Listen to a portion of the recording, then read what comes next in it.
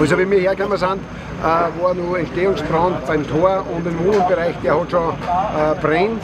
Es ist relativ schnell nachher die Alarmstufen 2 nachalarmiert worden, plus die Drehleiter und letztendlich auch noch die Alarmstufe 3 plus Merlo.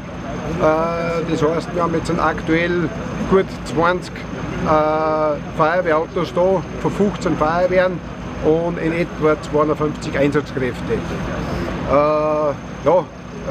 Die Löschwasserversorgung geht insgesamt von der Matik unten und Hydranten bis zu ein paar Löschwasserbehälter bis zum letzten da direkt vor Ort, damit Trahlorte und Mehrlager gespeist werden können.